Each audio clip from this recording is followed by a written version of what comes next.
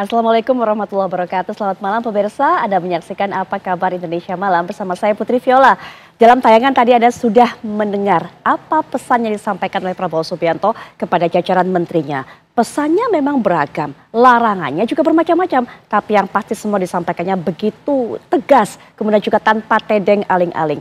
Message yang disampaikan oleh Prabowo Subianto diharapkan bisa dilakukan oleh para menterinya dengan baik untuk bisa membantu kinerja dalam pemerintahan ini. Visi misi para menteri juga harus sejalan dengan visi misi Prabowo Subianto sebagai seorang presiden. Nah, nanti kita akan lihat apakah memang dengan pesan-pesan yang disampaikan ini, seruan-seruan yang tegas ini bisa membuat para menteri ini bekerja sesuai mencapai target tinggi dari sang presiden. Untuk bisa membahasnya sudah hadir di samping saya tentunya Profesor Ibnu Hamad selaku Guru Besar Komunikasi Politik Universitas Indonesia. Assalamualaikum warahmatullahi wabarakatuh. Selamat malam Prof. Selamat malam Mbak Putri. Ya. Baik, dan juga kita kedatangan narasumber berikutnya yaitu seorang tenaga ahli utama komunikasi Presiden Bang Hariko Satria. Assalamualaikum warahmatullahi wabarakatuh. Selamat malam Bang Hariko. Prof Ibnu. Terima kasih seluruh pemirsa TV Uran. Salam baik, hormat, ya. Iya, kita masih menantikan satu narasumber lagi, ada Bang Dev Laksono yang nanti akan bergabung juga secara daring. Tapi sambil kita menantikan kehadirannya, kita akan juga berbincang-bincang terlebih dahulu, baik dengan Bang Hariko ataupun juga dengan Prof Ibnu. Prof, bagaimana melihat pesan yang disampaikan? Bahkan katanya kalau menteri ini dan bawahannya yang nggak bisa kerja, sudah pulangkan saja ke rumah daripada ganggu kita semua. Juga ada larangan-larangan, jangan sering-sering terlibat acara seremonial ke luar negeri, begitu kan? Jangan juga ada proyek mercusuar. Apa yang coba disampaikan oleh sang presiden ini, Prof? Ini tahap sudah mulai the fill in the detail ya. Jadi nanti masuknya ke manajemen masing-masing kementerian ya kan. Udah mulai manajerial cara bekerja ya. Berarti ini urusannya dengan kinerja masing-masing kementerian.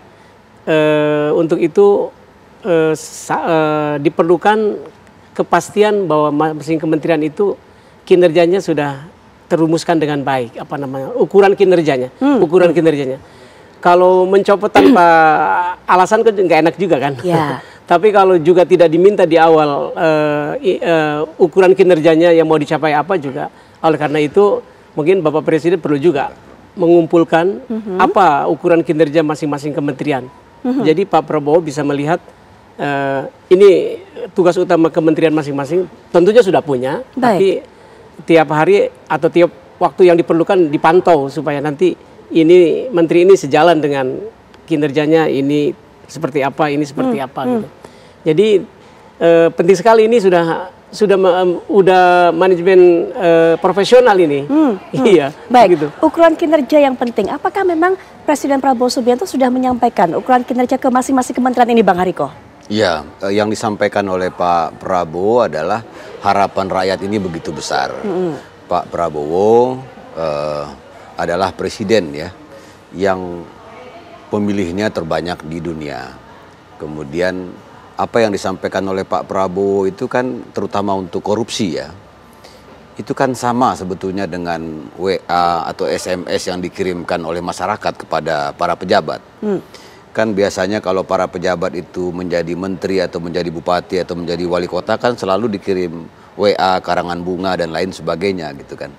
Nah di sela-sela itu pastilah ada yang menyampaikan jangan korupsi, tapi jumlahnya itu tidak banyak. Rata-rata kalau ada teman kita yang jadi menteri, jadi pejabat, kita umumnya mengucapkan selamat. Tidak banyak yang mengatakan hati-hati loh kamu, nanti kamu pakai baju oren, kemudian kamu ditangkap oleh KPK gitu. Nanti akan bikin malu keluarga ya. Jadi saya mendengar satu kisah nyata, intinya ada seorang anak dia pindah sekolah karena bapaknya ini korupsi. Jadi dia malu sekali menjadi siswa di situ, kemudian dia pindah sekolah. Nah Pak Prabowo ini sebetulnya ketika menyampaikan jangan Anda korupsi, jangan Anda maling APBN, itu sebetulnya ingin menjaga nama baik beliau secara pribadi, para pejabat ini, kemudian menjaga nama baik keluarganya, kemudian juga menjaga nama baik alma maternya. Karena Pak Prabowo sudah terus terang mengatakan kita harus jujur mengakui birokrasi kita masih belum baik, masih ada korupsi di pusat dan di daerah. Jadi karena harapan masyarakat ini terlalu besar dan pilihan kita kan cuma kita mau jadi negara maju atau tidak. Dan Pak Prabowo dalam buku Paradok Indonesia itu kan sudah mengatakan kalau melihat sumber daya alam kita, laut kita yang luas, seharusnya orang miskin tidak lagi sebanyak sekarang. Harusnya sudah bisa maju ini. Makanya beliau sampaikan itu, tolong jangan korupsi. Yang kedua, kamu ibu bapak semua layani seluruh masyarakat. Kemudian jangan membeda-bedakan, kemudian capai semua target-target program prioritas. Nah, target-targetnya itu yang ditanyakan oleh Mbak Putri tadi, itu nanti akan disampaikan langsung oleh Pak Prabowo. Namun penekanan beliau itu tadi, jangan sampai mengecewakan dari masyarakat ini. Oke, jangan sampai mengecewakan masyarakat. Apa harapan yang lebih mendetail lagi dari ini? Nanti mungkin Prof bisa kaji kembali, tapi sudah bergabung narasumber berikutnya, yaitu Bang Dev Laksono, selaku Ketua DPP Partai Golkar. Selamat malam, Bang Dev. Selamat malam, bagaimana kabarnya? Sehat semua? Semoga. Sehat semua. Ya, Bang Dev, kita tadi sudah putar kembali cuplikan pesan yang begitu tegas disampaikan oleh Prabowo Subianto tentunya sebagai presiden kepada jajaran menterinya. Itu disampaikan pada sidang kabinet pertama, Bang Dev. Baru sidang pertama, sidang pembuka sudah seperti itu kerasnya pesannya atau tegasnya lah kalau kita bisa bilang. Bang Dev sebagai bagian dari Partai Golkar di mana banyak sekali anggotanya juga yang terpilih oleh Prabowo Subianto sebagai menteri, kemudian wakil menteri dan sebagainya. Bagaimana melihat seruan tersebut? Ya, jadi memang saya sebagai anggota DPR di fraksi Partai Golkar, kalau jabatan di partainya belum diumumkan, jadi kita nggak boleh nyebut diri kita ketua DPP dulu, jadi kita sebagai anggota fraksi. Alhamdulillah Pak Prabowo sudah mempercayai sebanyak 8 anggota kabinetnya dari Partai Golkar, ditambah Gubernur Lemhanas, plus ada 3 wakil menteri, lalu juga Ketua DEN, itu adalah Pak Luhut, juga ada kader Partai Golkar. Nah, jadi Pak Prabowo melihat bahwa Partai Golkar adalah sebagai sumber kader-kader terbaik untuk memastikan pemerintahannya beliau ini berjalan dengan sempurna, dan harapan yang beliau sampaikan kepada kabinetnya itu merefleksikan kepribadian beliau, merefleksikan konsep bagaimana beliau akan menjalankan roda pemerintahan ini ke depannya. Jadi sikap tegas itu perlu disampaikan di awal untuk memastikan semua anggota kabinetnya ini memiliki visi misi yang selaras dengan beliau. Seluruh anggota kabinetnya ini dapat dan akan bekerja sesuai dengan pace yang beliau set untuk pemerintahan ini. Beliau berulang kali menyampaikan, bahkan pada saat pelantikannya pun beliau menyatakan bahwa dunia tidak dalam keadaan baik-baik saja. Kita tetap akan menjunjung tinggi perdamaian dunia. Kita akan tetap memastikan bahwa kita tidak akan berpihak kepada fakta militer manapun. Nah, hal-hal inilah yang terus beliau dengungkan, beliau sampaikan, dan ini merupakan kewajiban dari setiap anggota kabinet untuk menerjemahkan sikap beliau tersebut di dalam kinerja para anggota kabinet tersebut. Jadi kami dari Golkar yakin bahwa kita akan mampu dan pasti akan menyelesaikan setiap tugas dan menuntaskan semua pekerjaan yang Presiden telah berikan kepada kader-kader kita. Gitu. Baik, para anggota kabinet harus bisa menerjemahkan pesan yang disampaikan Prabowo Subianto. Akankah kemudian para menteri ini bisa terlecut untuk bergerak cepat mencapai target tinggi yang disampaikan oleh Pak Presiden dengan apa semua yang disampaikan selama ini, terutama pada sidang pertama kemarin, Prof. Hipno? Seorang menteri itu di dalam sebuah kementerian memimpin sejumlah orang, staf mulai dari dirjen sampai ke unit kerja masing-masing.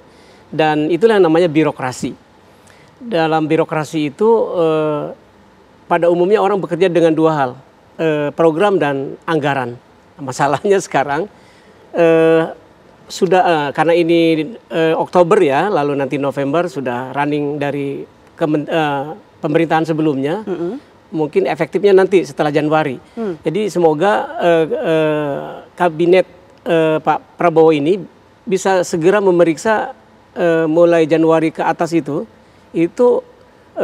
RKAKL namanya, rencana kegiatan dan anggarannya itu sejalan dengan visinya Pak Presiden ini gitu. Karena di kementerian itu yang kerja lapangan maksud saya bukan menteri langsung, bukan Pak Dirjen langsung, tapi adalah eselon 2, eselon 1 pun masih di backup oleh eselon 2. Oleh karena itu perlu diperiksa oleh timnya Pak Prabowo, Menteri Keuangan terutama dalam hal ini barangkali adalah apakah RKKL dari kementerian-kementerian ini sejalan nggak dengan visinya Pak Prabowo gitu. Jika berbeda tidak bisa menunjang? Segera diperiksa ininya, makanya RKKL-nya supaya jangan di tengah jalan baru kok jadi begini. Sebab di kementerian itu pengalaman kami di kementerian ya bekerja itu dengan anggaran dan APBN maksudnya, sumbernya APBN, bahkan bisa dengan utang. Oleh karena itu sekali lagi periksalah RKKL yang sudah disusun di 2024 ini untuk dilaksanakan di 2025 begitu. Oke, Bang Dev, ada pandangan juga mungkin mengenai hal ini. Tinjauan mengenai rencana kegiatan dan anggaran untuk bisa menunjang kinerja menteri agar tadi bisa sejalan menjalankan visi misi dengan begitu tepat dan cepat tentunya. Tentu sudah tanggung jawab dari para menteri untuk memastikan bahwa kebijakannya itu searah dan selaras dengan program besar pemerintah. Karena kan Pak Prabowo sudah menyampaikan bahwa tidak boleh ada menteri yang memiliki visi misi sendiri. Ini harus visi misi itu adalah visi misi pemerintahan Prabowo Gibran. Nah, anggaran yang dimiliki untuk sisa tahun 2024 dan bahkan untuk tahun 2025 itu telah diketok di pemerintahan yang lalu. Akan tapi ada ruang untuk perbaikan, ada ruang untuk revisi, ada ruang untuk. Bang Dev masih bersama kami? Sepertinya kami terkendala untuk melanjutkan komunikasi dengan Bang Dev Laksono. Kami coba perbaiki lagi. Tapi bicara tadi apa yang disampaikan oleh Bang Dev masih ada ruang untuk merevisi. Prof Ibnu ada juga tujuan mengenai ini? Ya sedikit. Jadi lakukanlah segera pemetaan ya untuk jadi amanah Pak Presiden yang dalam hal ini melalui rapat kabinet pertama, menteri-menterinya begitu masuk ke ruangannya masing-masing nanti, mungkin hari Senin nanti, itu segera periksa. Panggillah itu semua pejabat yang terkait mungkin sekjennya atau dirjennya, bagaimana dibuka rencana RKKL di kementeriannya itu. Mana yang to the point kepada apa yang dikehendaki Pak Presiden, target-target yang melayani rakyat dengan sepenuhnya gitu kan. Mungkin tadi jangan pergi ke luar negeri terlalu sering seminar. Kalau diperiksa terlalu banyak, ini coret, pindahkan ke program yang lebih nyata, bisa begitu kan? Ya betul. Oleh karena itu pemetaan perlu dilakukan segera oleh menteri-menteri baru ini di kantornya gitu. Baik. Supaya amanah Pak Presiden tadi terrealisir begitu. Ya, kalau enggak hanya Bapak Presiden slogan, tapi di lapangan enggak backup, itu kan sayang sekali gitu kan. Ini hal penting ternyata Bang Hariko, supaya jangan ini menjadi hanya pesan semata, tujuan Pak Prabowo semata, sementara para menteri tidak bisa mengikuti begitu. Ya inilah pentingnya pembekalan di Magelang ini agar seirama setujuan gitu kan. Dan kalau kita lihat hari ini kan Pak Prabowo betul-betul memberikan contoh, bangun pagi jam 4, kemudian Pak Prabowo orang yang paling pertama ya. Saya dengar begitu, ya, ada di tempat paling pertama katanya. Berita tadi kan beliau datang yang paling pertama. Kemudian Pak Prabowo juga tidak memakai seragam bintang-bintang, dia memakai pakaian yang sama, walaupun dia pemimpin tertinggi di Indonesia, tetapi dia memakai pakaian yang sama dengan para bawahannya dan para menteri-menteri lainnya. Kemudian ada satu pernyataan Pak Prabowo menurut saya yang sangat visioner. Menurut kami Pak Prabowo mengatakan jangan setia dengan Prabowo Subianto, setialah dengan Negara Kesatuan Republik Indonesia, setialah dengan kepentingan nasional. Apa itu kepentingan nasional? Yaitu yang dalam pembukaan Undang-Undang 45 itu yang coba ditanamkan oleh Pak Prabowo. Kemudian ada kebersamaan di situ, karena ini penting sekali ya. Jadi kemampuan bekerja dengan sesama manusia ini, kalau saya lihat tadi pernyataannya Ibu Stella Christy, ini penting sekali. Bagaimana kita sebagai manusia mampu bekerja dengan sesama manusia.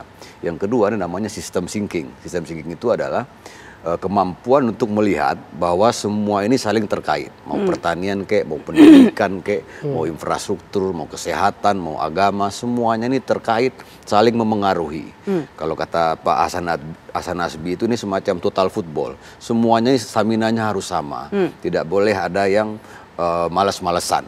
Makanya kan Pak Prabowo kan memberikan contoh, walaupun dia bangun jam 4, dia juga tetap bisa beraktivitas sampai jam 11. Jadi stamina ini sangat penting sekali.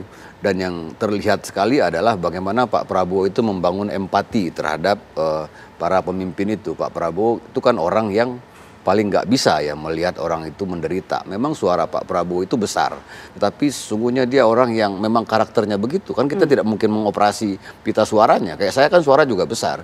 Tetapi beliau orang yang pemaaf ya, bukan orang yang otoriter. Malah dia mengatakan tadi, kan kalau biasanya kalau pemimpin itu kalau kamu nggak ikut saya nanti kamu saya pecat. Ini kan jelas tolak ukurnya itu siapa yang tidak memperjuangkan kepentingan nasional berarti nggak cocok di barisan ini. Bukan siapa yang tidak setia pada Prabowo. Jadi Pak Prabowo tidak mengatakan kalau kamu tidak setia dengan saya, kamu saya pecat. Tidak, tapi kalau kamu tidak setia dengan kepentingan nasional, kalau kamu mengkhianati kepentingan nasional, maka kamu tidak layak berada di barisan ini. Termasuk yang tidak setuju dengan program makan bergizi salah termasuk satunya. Makan bergizi gratis. Kenapa? Karena makan bergizi gratis itu betul-betul sebuah mimpi beliau yang sudah sejak 17 tahun yang lalu ya, ketika beliau melihat angka stunting itu. Jadi bukan hanya makan bergizi gratis, tapi bantuan gizi untuk ibu hamil dan balita. Jadi Pak Prabowo ini mikirin orang dari kandungan bahkan sampai ke kuburan lah, kira-kira bahasanya begitu. Jadi itu kan selalu disampaikan oleh Pak Prabowo. Apakah Anda masih tega maling dari APBN, dari APBD, sementara masih ada 25 sekian orang miskin, gitu kan? Apakah masih tega misalnya maling dari proyek-proyek APBN itu, sedangkan banyak orang usia 70 tahun narik becak, kan itu terus yang dia sampaikan.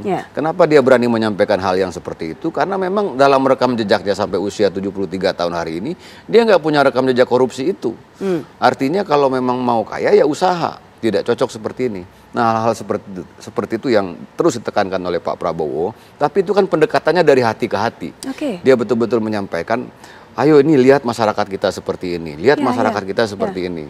Nah, itu yang emosi yang seperti itu yang coba didorong oleh Pak Prabowo. Kita nggak bisa membayangkan, andai saja tidak ada kegiatan di Magelang ini, bagaimana mungkin orang itu tanpa berinteraksi, tanpa dikumpulkan dalam satu tenda, kemudian dijelaskan. Tadi kan ada acara yang sangat bagus ya, Parade Senja. Ya. Betul. Parade Senja itu sebuah acara, salah satunya mengheningkan cipta, ya. Mengingatkan bahwasanya kalau kata Bung Hatta itu, usia kita ini pendek, usia negara itu panjang. Jadi jangan sampai karena usia yang pendek ini kita bikin susah. Nah di situ kan dijelaskan bahwasanya dulu para pahlawan itu kan nggak semewah kita hidupnya. Kemudian dia tetap bisa berjuang dan lain sebagainya gitu loh. Bahkan Pak Prabowo itu pernah mengatakan Prabowo Subianto itu nggak ada apa-apanya dibandingkan dengan pahlawan-pahlawan yang bahkan tidak ada batu nisannya. Jadi Prabowo Subianto nggak ada apa-apanya dengan pahlawan tanpa nama itu. Nah itu penekanan-penekanan seperti itu diharapkan bisa betul-betul membuat ibu bapak kita yang menjadi menteri maupun wakil menteri ini, jadi energinya berlipat-lipat gitu loh. Ini mirip seperti orang mau bertanding gitu loh, semakin berlipat-lipat energinya, sehingga betul-betul pencapaiannya bisa maksimal. Karena kalau tidak ada upaya seperti itu biasa-biasa saja, karena kita ini seharusnya ya kalau menurut Pak Prabowo kan sudah jadi negara maju. Nah itu yang ditekankan terus sama Pak Prabowo, jangan bikin masyarakat ini kecewa gitu. Upaya pendekatan seperti ini Prof, membuat para menterinya ini mengetahui apa realita yang terjadi di kalangan masyarakat, memperlihatkan contoh-contoh kehidupan nyata seperti itu. Bahkan kalau saya tidak salah juga mengatakan para menteri jangan seperti burung unta, harus kemudian melihat apa yang terjadi di kalangan Pak masyarakat, Prabowo begitu itu, kan? Jangan kalau ikan itu kan yang busuk pertama kali itu kepalanya. Jangan sampai kita itu tidak memberikan teladan. Kan ini pejabat-pejabat tinggi semua baik di pusat maupun di daerah. Kalau kita sudah mengutamakan kepentingan keluarga, bagaimana mungkin mulut kita akan terhimpit ketika bicara ke masyarakat kan? Kita nggak bisa lagi. Tapi kalau kita mengutamakan kepentingan pribadi bagaimana? Nah itu yang ditekankan juga sama Pak Prabowo. Gitu. Baik, Bang Hariko, pendekatan-pendekatan seperti ini, apakah kemudian cukup efektif untuk menggugah para menteri? Karena tadi harapan Bang Hariko yang sudah katakan, Pak Prabowo ingin sekali memotivasi para menteri ini bekerja ekstra cepat dan tepat dengan motivasi yang disampaikan. Tapi apakah kemudian ini cukup efektif? Nanti Prof bisa berikan pandangan termasuk juga mengenai retret yang dilakukan di Akmil Magelang. Sesaat lagi Apa Kabar Indonesia Malam akan segera kembali. Kemudian program makan bergizi, Kepala Badan Gizi Nasional dan semua KL untuk siapkan segera kita mulai dengan bergerak cepat, tepat sasaran, terukur, tapi jangan takut dengan kesulitan. Saya masih mendengar beberapa tokoh meragukan kemampuan kita untuk laksanakan itu. Saya tidak katakan bahwa ini bisa selesai dalam 1 minggu, 2 minggu, atau 3 bulan. Tidak ada di antara kita yang punya tongkat Nabi Sulaiman. Tapi kita bisa berhitung, kita bisa mengelola, kita bisa alokasi dana, kita bisa kerahkan sumber daya. Dan kita akan mencapai target yang kita tentukan. Saya hakul yakin, saya pertaruhkan kepemimpinan saya. Bagi saya, makan bergizi untuk anak-anak dan ibu hamil ini adalah strategik. Yang tidak mendukung hal ini, silakan keluar dari pemerintah yang saya pimpin. Kita satu tim, harus yakin semuanya. Ini bagian daripada rencana kebangkitan bangsa Indonesia.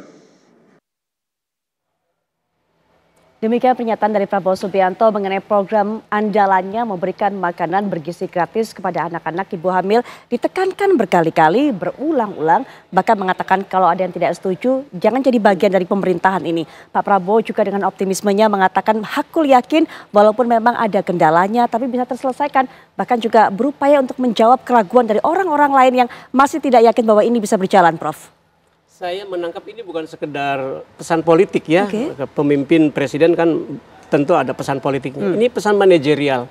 Beliau menghendaki dipersiapkan dengan baik. Berarti siapkan SOP-nya, siapkan SDM-nya. Saya membaca di media misalnya untuk satu wilayah tertentu pelayanannya akan dibuatkan dapur umum ya, dapur penyedia makanan. Nah, berarti di situ ada ahli gizinya, karena ini makanan bergizi kan, berarti bahannya harus bergizi, jangan yang kadaluarsa dong. Sayurannya harus bergizi, telurnya juga yang baik, dagingnya kalau ada daging yang baik. Terus semuanya dikelola dengan baik ya. Beliau kan tadi percaya bahwa punya tim ya, mampulah walaupun tidak punya tongkat Nabi Sulaiman kata beliau kan sebagai rasa mitigasi ya, tetapi yakin dengan tim ini. Makanya tim ini harus bekerja dengan baik.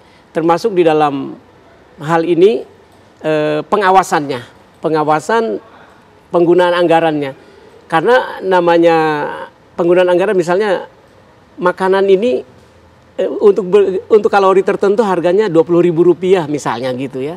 Cuma digunakan hanya 15.000 gitu kan. Peluang kan itu godaan oleh pelaksananya ya. Betul. Siapa yang ngawasi itu harus diawasi menurut saya. Karena itu akumulasinya juga sangat besar, karena kalau nggak salah hampir 71 triliun dalam tahun 2025 nanti mulai Januari itu. Jadi ini memang harus dikelola dengan baik. Dan lebih dari itu menurut saya juga harus disiapkan juga apa yang disebut dengan monitoring dan evaluasi, oleh karena ini ada hubungannya dengan peningkatan IQ katanya ya kan. Karena secara keseluruhan rata-rata IQ kita masih 70-an karena rendah kan. Nah, ini gimana ngukurnya nanti? Berarti ada ahlinya juga nanti. Bagaimana implikasi dari penyediaan makan bergizi ini untuk mengatasi stunting, menaikkan IQ gitu kan. Jadi ini sekali lagi tidak hanya pesan politik harus ditangkapnya oleh para menteri ini. Ini pesan manajerial strategis yang semua harus terlibat, harus mendukung begitu. Baik, pesan manajerial strategis, bagaimana kemudian memanage anggaran yang ada, segera kemudian dibuat SOP-nya, timnya dan sebagainya, termasuk juga tadi ditekankan oleh Prof. Ibnu adalah harus ada yang mengawasi, harus ada yang mengevaluasi dan monitoring, Bang Hariko. Ya, sangat setuju dengan Prof. Ibnu. Terima kasih sekali Prof. Memang ini program yang sangat serius ya. Pak Prabowo sangat memahami roadmap pendidikan. Di situ juga dikatakan bahwasanya anak kita hari ini bukan lagi anak misalnya kalau dia lahir di Surabaya ya orang Surabaya, tetapi dia sekaligus juga warga negara Indonesia dan juga sekaligus warga negara global. Artinya persaingannya semakin ketat. Makanya gizinya harus benar-benar terpenuhi. dengan gizi yang benar-benar terpenuhi itu kan akan meningkatkan fokus dia belajar, juga akan meningkatkan kehadiran. Dan yang paling penting adalah makan bergizi gratis ini akan menghidupkan perekonomian masyarakat ini. Semuanya bisa hidup. Kemudian Pak Prabowo itu ingin sekali, ya sederhananya anak-anak itu merasakanlah negara itu memberikan makanan buat mereka, kemudian sampai masuk ke perut mereka jadi gizi, jadi energi, kemudian jadi mereka semakin cinta dengan bangsa ini gitu loh. Makanya ini tidak ada sama sekali kepentingan Prabowo Subianto. Sama dengan yang tadi dia sampaikan, jangan setia kepada Prabowo, tapi setia pada kepentingan nasional. Ini dalam rangka mencerdaskan kehidupan bangsa. Karena memang stunting itu masih tinggi, kemudian minat baca masih rendah. Kemudian banyak sekali orang tua yang tidak bisa membekali anak-anaknya dengan bekal yang bagus gitu loh. Bahkan kalau kita lihat dalam satu uji coba di Sukabumi itu, satu-satunya makanan bergizi yang dia terima ya makan bergizi gratis itu pada siang hari itu. Jadi paginya dia dapurnya kita lihat dia nggak sarapan. Kemudian satu-satunya andalan dia ya pada itu. Nah itulah yang disebut selalu disampaikan oleh Pak Prabowo. Pak Prabowo itu dalam pidatonya menyampaikan dia bilang gini, jangan boleh kita bangga keanggotaan kita di G20. Tapi ingat, kalau masih ada orang stunting, masih ada orang miskin, kekurangan gizi, masyarakat miskin, itu kita jangan bangga dengan prestasi-prestasi yang seperti itu. Jadi dia betul-betul memang fokusnya ini kepada pendidikan. Makanya nanti di tahun 2025 itu nanti ada 22.000 sekolah yang akan direnovasi. Ini adalah renovasi sekolah yang terbesar dalam sejarah Negara Kesatuan Republik Indonesia. Belum ada renovasi sekolah seperti ini. Bahkan Pak Prabowo itu sampai mikirin, dia tidak mau anak-anak itu ke toilet itu antrinya berlebihan. Karena kita sudah menghitung anak-anak itu dalam seminggu itu 30 sampai 50 jam berada di sekolah. Artinya kalau menurut dokter itu orang itu pipis itu 2 jam sekali. Jadi setiap anak itu rata-rata ke toilet 25 kali dalam seminggu. Nah Pak Prabowo nggak mau anak-anak itu susah ke toilet. Kenapa? Kalau susah ke toilet nanti dia sakit kelenjar kemih. Nah itu di tahun 2015 Prof, di Amerika itu ada sekitar 20 juta perempuan di Amerika Serikat itu mengalami sakit kelenjar kemih. Dicek sama pakar urologi, ternyata ada hubungannya dengan kebiasaan menahan pipis waktu sekolah. Nah ini proyek besar nih, di renovasi SD itu 53% SD kita rusak hari ini. Baik rusak sedang, ringan maupun rusak berat. Mau direnovasi 22.000, ini betul-betul Pak Prabowo benar-benar fokus terkait dengan pendidikan anak-anak ini, pokoknya direnovasi. Makanya tadi beliau ulang-ulang terus, jangan korupsi. Tahan gitu dulu Pak Hariko. Silakan Prof. Bang Riko, saya cuma ingin nanti Pak Menteri Pendidikan pulang dari Magelang, periksa itu seperti saya katakan tadi, di birokrasi adanya anggarannya itu. Prof. Untuk 22.000 perbaikan sekolah itu ada nggak anggarannya di Kementerian Pendidikan itu? Pak Menteri Pendidikan sejatinya memeriksa nanti sampai di Jakarta. Atau sekarang juga boleh telepon kali Pak Sekjennya. Ada nggak program kira-kira untuk 2025 untuk perbaikan 22.000 sekolah? Kalau belum ada, segera revisi. Supaya ucapan Pak Prabowo terbukti di 2025. Kalau enggak, dari mana yang melaksanakan? Karena itu core bisnisnya Menteri Pendidikan. Begitu maksud saya. Ya itulah nanti. Jadi ini kerjanya udah masuk, kerjanya bukan kerja politik lagi, ini kerja profesional, kerja manajerial. Prof. Silakan Bang Riko. Tadi seperti yang kita bicarakan tentang sistem berpikir itu, bahwa ini satu kesatuan ya. Nanti sistem thinking tadi. Kalau hilirisasinya berjalan, penerimaan pajak bagus, ekonomi aman dan segala macam, itu proses pembiayaannya juga menjadi lancar. Tapi satu hal yang sangat ditekankan oleh Pak Prabowo itu adalah situasi aman dan damai ini syarat utama. Ada 2 hal yang sering dia sampaikan. Jaga situasi aman dan damai, dan kunci keberhasilan kita itu adalah kerjasama dari elit, kerjasama dari para pemimpin. Jangan hal-hal kecil kita ribut-ribut lagi, karena masalah ini di bawah ini bukan cukup banyak sekali gitu loh yang harus diperbaiki. Kalau memang kita ingin setara atau bisa bersaing dengan bangsa-bangsa lain gitu. Itu sangat ditekankan oleh Pak Prabowo. Saya kira Pak Prabowo bahasanya low konteks ya, dengan bisa sangat mudah dipahami ya. Yang kelihatan tuh betapa dia sangat tidak bisa menerima situasi kalau masih ada orang yang hari ini tuh kekurangan gizi di tengah negara yang sumber daya alamnya sebesar ini gitu. Makanya swasembada pangan itu penting. Pendekatan seperti ini Prof. Hipnu, seperti yang saya tanyakan sebelum jeda tadi. Bagaimana kemudian menggugah para menteri-menteri ini? Tapi nanti Prof, kita akan jeda dulu, terpaksa saya potong, kami akan kembali saat lagi. Saya minta Menteri Keuangan, saya minta semua Menko, saya minta semua menteri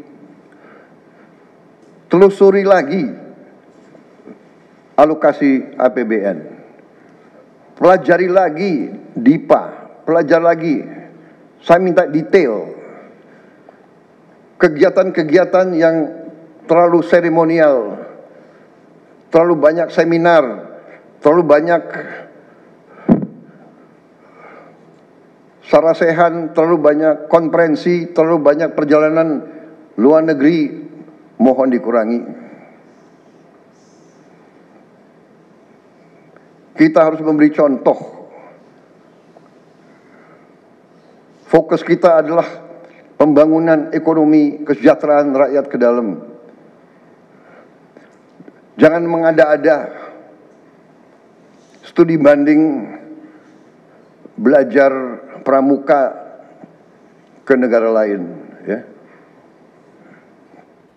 Telusuri lagi APBN, tidak cukup hanya di situ. Prabowo Subianto juga mudah menegaskan jangan lagi banyak ada acara seremonial, kunjungan-kunjungan ke luar negeri, bahkan juga studi banding pramuka sampai ke luar negeri. Apa pesan yang coba disampaikan? Ingin mengubah apa kemudian di jajaran kementerian ini, Prof? Saya menangkap ingin ada perubahan budaya berbirokrasi, ya, yang tadinya santai, zona nyaman gitu ya, ingin ingin sebatas output saja gitu. Bahkan mungkin mengadakan acara untuk gitu, menghabiskan anggaran begitu sekarang kan? Enggak, benar-benar ingin anggaran digunakan secara efektif dan memberi bukan lagi hanya output, outcome, bahkan impact pengennya kan begitu pada kesejahteraan sosial, pada pertumbuhan ekonomi gitu. Nah, hal-hal seperti ini menurut saya mungkin Mensesnek atau Mensaskap mungkin yang akan memantau bagaimana orkestrasi antar kementerian ini akan bekerja untuk mencapai visi misinya Pak Presiden ini kan begitu. Baik. Jadi kalau selama ini kulturnya masih sama aja, ya khawatir keinginan Pak Presiden tidak tercapai nih sekarang. Karena itu mudah-mudahan dari ini Bang Riko sepulang dari Magelang, menterinya itu mengumpulkan pejabat di kementeriannya, membrief. Coba periksa lagi DIPA kan tadi. Betul. Pak Presiden ngomong, DIPA periksa lagi detailnya seperti apa gitu. Kalau hal-hal yang tidak menopang langsung pada impact tercapainya visi misi pemerintahan baru ini, segera revisi, saya kira. Prof, kebudayaannya kemudian ingin dikikis, begitu kan, ingin dihilangkan. Kemudian tidak penting tadi, tidak perlu lagi, malah menghambat laju kinerja para kementerian. Tapi para menteri-menterinya ini kan banyak dari kabinet sebelumnya, banyak yang sudah pernah merasakan dari pemerintahan-pemerintahan sebelumnya. Kita optimis lah kemampuan shifting paradigm ya, pada pergeseran berpikir ini setelah beberapa hari di Magelang ini, mudah-mudahan perubahan cara berpikir tercapai lah. Apa yang Prof bisa katakan dari kemudian pendekatan yang disampaikan oleh Pak Prabowo, cara Pak Prabowo untuk bisa membuat para menteri melihat kenyataan di lapangan, realita kehidupan masyarakat sesungguhnya yang begitu membutuhkan, termasuk juga mengirim para menteri untuk melakukan retret di Akmil Magelang. Apa yang diharapkan? Bagaimana bisa shifting tadi, ide ataupun juga pola pikir tadi? Sekali lagi, pola pikir saja tidak cukup, karena di pemerintahan pola pikir itu akan diwujudkan dalam bentuk istilah Pak Presiden DIPA kan. DIPA itu daftar isian proyek dan anggaran. Nama lainnya RKAKL kalau sudah dalam bentuk dokumen rancangan kegiatan begitu. Jadi periksalah itu, apakah shifting paradigm-nya itu udah terwujud nggak ke dalam program kerja begitu. Kalau sudah terwujud ada perubahan namanya. Tapi kalau keinginannya seperti itu besar, tapi RKAKL-nya atau DIPA-nya istilah Pak Prabowo tadi masih yang lama-lama, ya tidak ada perubahan namanya begitu. Dan itu yang akan menjadi ukuran kinerja nanti di kemudian hari. Ya ini tidak sejalan dengan visi pemerintahan Prabowo misalnya, maka menterinya diganti gitu misalnya gitu. Nah supaya tidak diganti dari sekarang menterinya, makanya saya usulkan segala periksalah itu dipa-dipanya itu.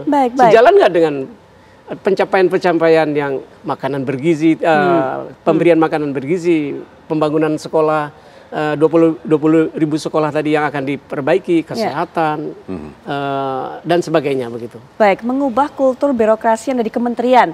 Tidak gampang tentunya, tapi kemudian cukupkah dengan apa yang disampaikan motivasi dari Pak Presiden tadi, ya, Bang Hariko? Artinya tentunya Pak Prabowo sebagai Presiden sudah lama mengetahui ada kegiatan-kegiatan yang diada-adakan untuk menambah uang pribadi.